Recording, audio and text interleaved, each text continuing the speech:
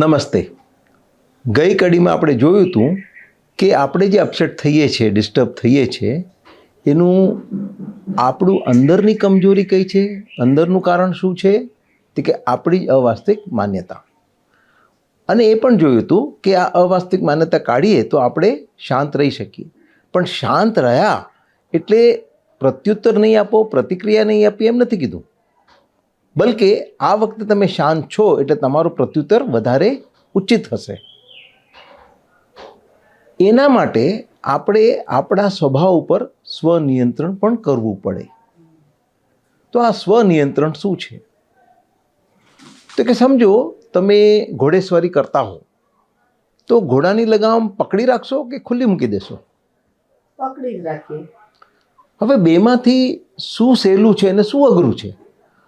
પકડી રાખવું સહેલું છે કે ખુલ્લું છોડી દેવું સહેલું છે? યોગ્ય શું છે? પકડી રાખવું. એટલે અઘરું હોવા છતાં યોગ્ય ને જરૂરી છે કે આપણે લગામને પકડી રાખીએ. નહીં પકડી રાખીએ શું થશે? આપણે પડી જશું, આપણને જ વાગશે. અને પડતા પડતા જો આપણો પગ એના પેગડામાં ભરાઈ ગયો તો ઘોડો આપણને ઘસડીને લઈ જશે. તો એ જ રીતે આપણો સ્વભાવ પણ ઘોડા જેવો છે. એને કાબૂમાં રાખવો, નિયંત્રણમાં રાખવો સહેલો નથી. બહુ અઘરું છે, પણ બહુ જ જરૂરી છે. કારણ કે જો આપણે સ્વભાવને કાબૂમાં નહીં રાખીએ તો આપણે સ્વભાવના તાબે થઈ જશું. આપણે સ્વભાવના ગુલામ થઈ જશું. આપણે આપણા સ્વભાવ પાછળ ગચડાશું. અને આપણે સ્વભાવના ગુલામ નથી થવાનું, આપણે એના સ્વામી થવાનું છે. આ નિયંત્રણ પણ બે પ્રકારનું છે.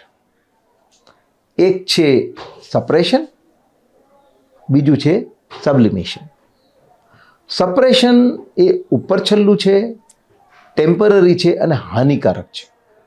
જ્યારે સબ્લિમેશન એ ઊંડાણપૂર્વકનું છે, પરમનન્ટ છે અને ફાયદાકારક છે. આ બંનેનો ભેદ સમજાવો. કે સમજો મારા હાથમાં એક ઇન્સ્ટ્રુમેન્ટ છે, આ એનો અંદરનો ભાગ છે, આ એનો બહારનો ભાગ છે. હવે હું ફક્ત બહારનો ભાગ ફેરવું તો અંદર તાણ થશે, ટેન્શન થશે, અને જેવું મારી પકડ હું છોડી દઈશ એ મૂળ સ્થાને પાછું આવી જશે. પણ જો મેં એનો અંદરનો ભાગ બદલ્યો હોય તો બહારનો ભાગ એની જાતે એની લાઈનમાં આવી જશે, તાણ વગર, ટેન્શન વગર, અને એમ જ રહેશે. તો એ જ રીતે આપણા પણ બે પાસા. આપણું અંદરનું પાસું એટલે આપણી સમજણ, અન્ડરસ્ટેન્ડિંગ.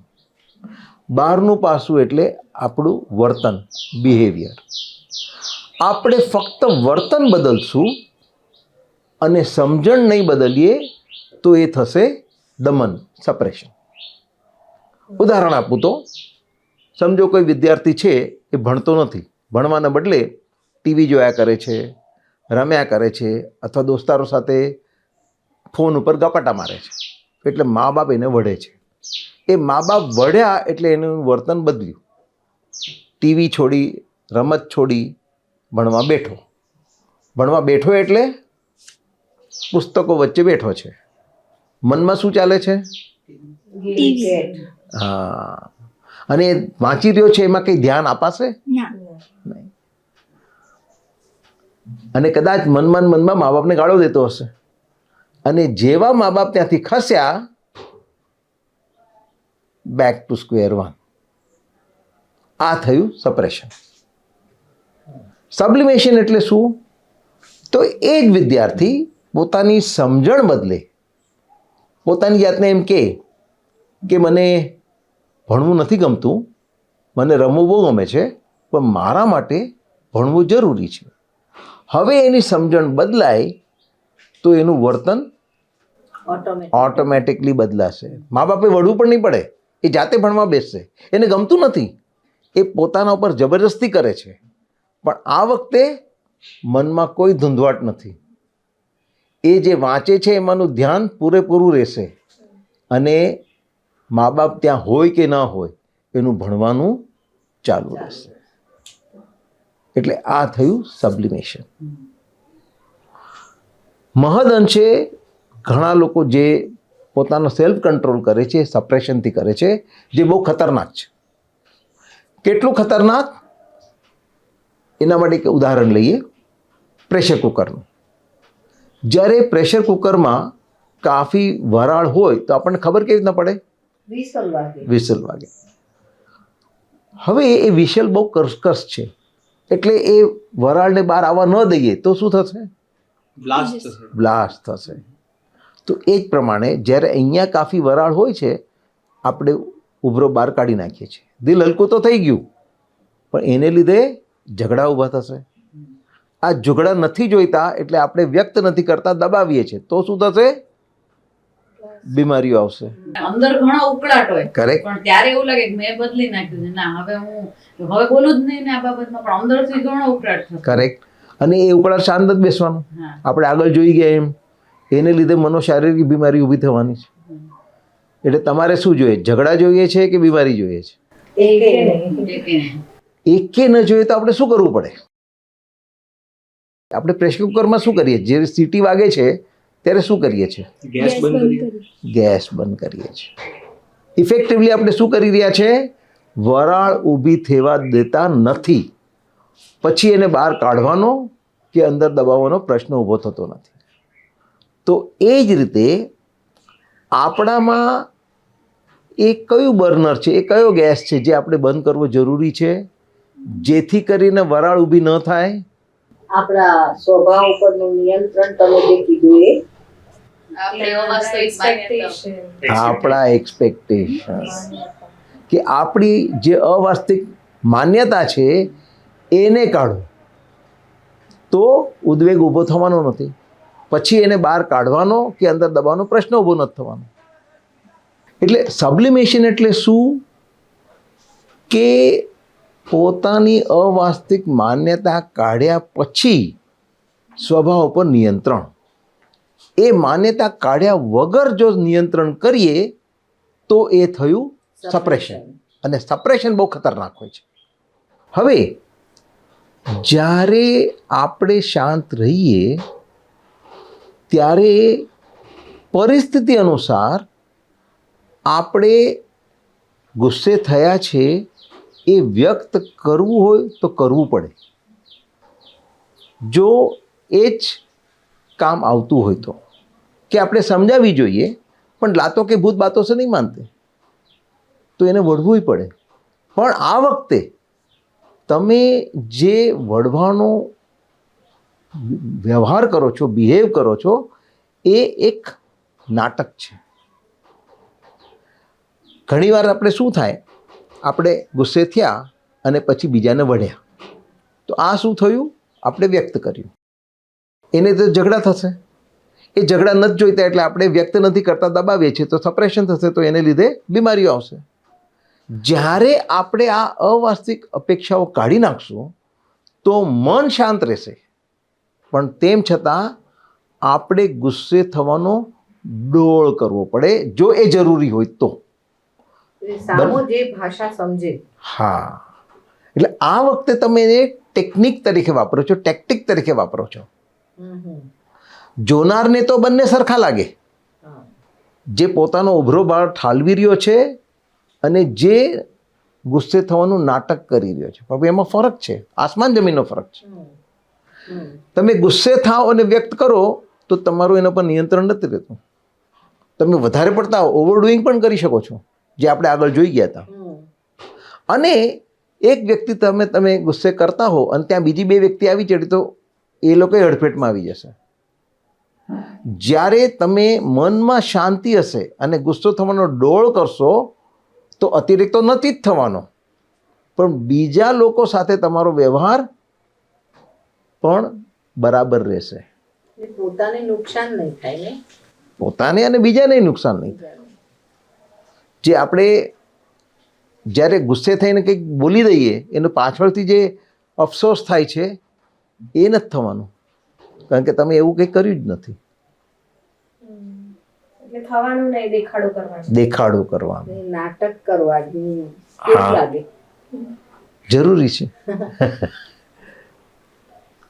તો થિયોરેટિકલી તો બરાબર છે, પણ એને પ્રેક્ટિકલી કરવું હોય તો કેવી રીતે કરવાનું? સમજો કે તમને ગુસ્સો કરવાનું કીધું છે, જેમાં તમારે અંદરથી નથી ગુસ્સો કરવાનો, પણ એ તમે કરતા દેખાડો કરતા સપોઝ તમને અંદરથી ગુસ્સો આવી ગયો તો શું કરવાનું? કરેક્ટ. તો એનો અર્થ એ થયો કે આપણી પૂર્વ તૈયારી કાચી હતી, કે ખરેખર એક આપણે કમજોરી કાઢી નથી અને ડોળ કરવા ગયા તો સાચુકલો ગુસ્સો આવી ગયો, તો આપણે એની માટે તૈયાર નથી થયા. હા, એટલે કે આપણી તૈયારી પાછી આપણે નવેસરથી કરવી પડે. હવે આપણે જે વ્યવહાર કર્યો એટલે એનું જોઈતું જ પરિણામ આવે એ જરૂરી નથી. જેમ સમજો કે આ એક વસ્તુ છે અને એને ઉપર એક ફોર્સ કામ કરી રહ્યો છે, તો વસ્તુ ક્યાં જશે? ફોર્સ જે દિશામાં જાય છે આગળ જશે. કેટલે હદ સુધી જશે?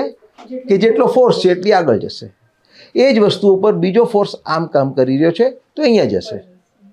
હવે બંને ફોર્સ સાથે કામ કરતા થશે તો ક્યાં જશે? આ કંઈક physics હા, એટલે નો એને નિયમ છે, હા, કરેક્ટ. તો યાદ નથી. એ એના રિઝલ્ટન્ટ ડાયરેક્શનમાં જશે, પરિણામી બળ. હા, કે આ બે ફોર્સ છે એનું એક પેરેલલોગ્રામ બનાવો અને એનું ડાયગનલ લો, એટલે આ બે ફોર્સનું રિઝલ્ટન્ટ આવશે. હવે સમજો કે બેના બદલે 10 ફોર્સ છે એના પર કામ કરતા, અલગ અલગ દિશામાંથી, અલગ અલગ ઇન્ટેન્સિટી વાળા, તો એ ક્યાં જશે? એના બધાના રિઝલ્ટન્ટ બધાનું રિઝલ્ટન્ટ આવશે. સપોઝ કે રિઝલ્ટન્ટ 0 આવ્યું, કે બધા એક ફિક્સ, હા, બધા એકબીજાને કેન્સલ કરી નાખે તો ત્યાંનું ત્યાં જ રહેશે. તો એ જ રીતે આપણો આ ધ્યેય છે, એના માટે આ પ્રયત્ન કરીએ છીએ. જરૂરી નથી કે આ જ પરિણામ આવે, કારણ કે સાથે સાથે બીજા ઘણા બધા પરિબળો કામ કરી રહ્યા છે જેના ઉપર આપણું કાંઈ જ નિયંત્રણ નથી. તો આપણે કેલ્ક્યુલેટ પણ નહીં કરી શકીએ. હા, તો આપણે આ પ્રયત્ન છોડી દેવાનો? એ જ તો ફોર્સ આપણા કમાન્ડમાં છે. એટલે આ પ્રયત્ન જારી રાખવાનો, પણ પરિણામનો આગ્રહ છોડવાનો. પણ લગભગ થાય છે શું કે જ્યારે આપણે પ્રયત્ન કરીએ છીએ આપણી નજર તો પરિણામ ઉપર જ છે, તો એને લીધે શું થશે? આપણો પ્રયત્ન ઓછો થઈ જશે. કારણ કે ત્યાં પણ એ જ એક્સપેક્ટેશન છે ને કે આટલો ફોર્સ નાખ્યો તો આટલું રિઝલ્ટ અહીંયા આવવું જોઈએ. કરેક્ટ. પણ એ જરૂરી નથી, એ તમારી અવાસ્તવિક અપેક્ષા છે, બીજા ફોર્સ એ ખબર નથી. ખબર જ નથી. તો આપણે એક ગ્રાફ ડ્રો કરીએ, એની એક્સ એક્સિસ ઉપર આપણે પરવા લઈએ, કન્સર્ન લઈએ, અને વાય એક્સિસ ઉપર આપણો પ્રયત્ન લઈએ, પરફોર્મન્સ લઈએ. તો બિલકુલ પરવા નહીં હોય તો આપણે બિલકુલ પ્રયત્ન નથી કરવાના.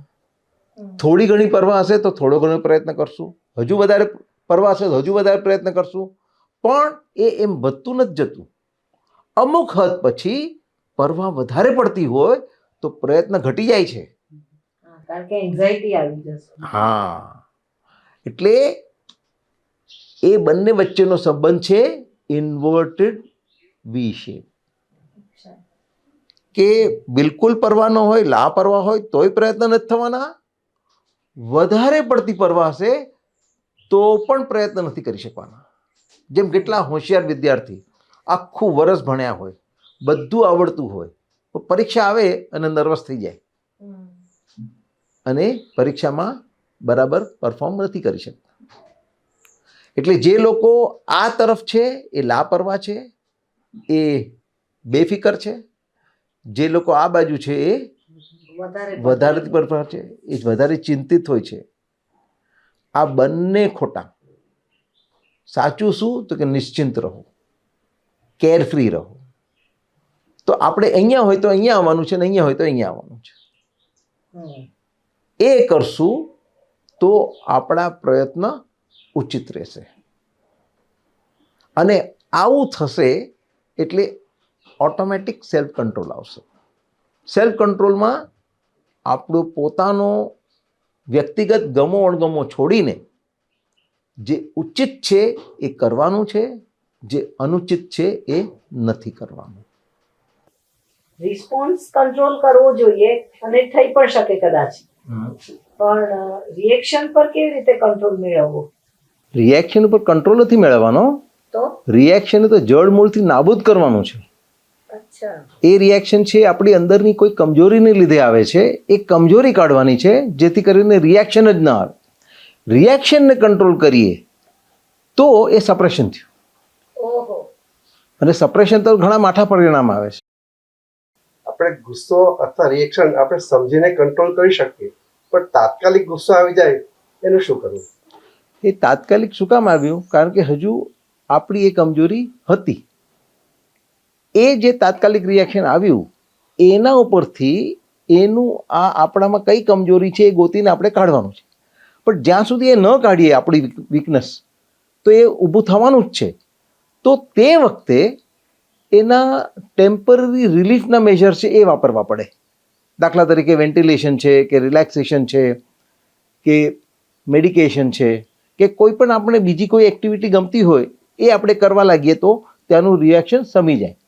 પણ આ બધા ટેમ્પરરી ઉપાય છે.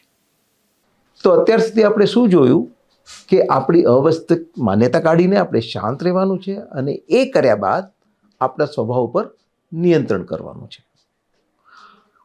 સૌથી મોટી અવાસ્તવિક માન્યતા એ છે કે બધાના સ્વભાવ એક સરખા છે. હકીકત શું છે કે બધાના સ્વભાવ અલગ અલગ છે.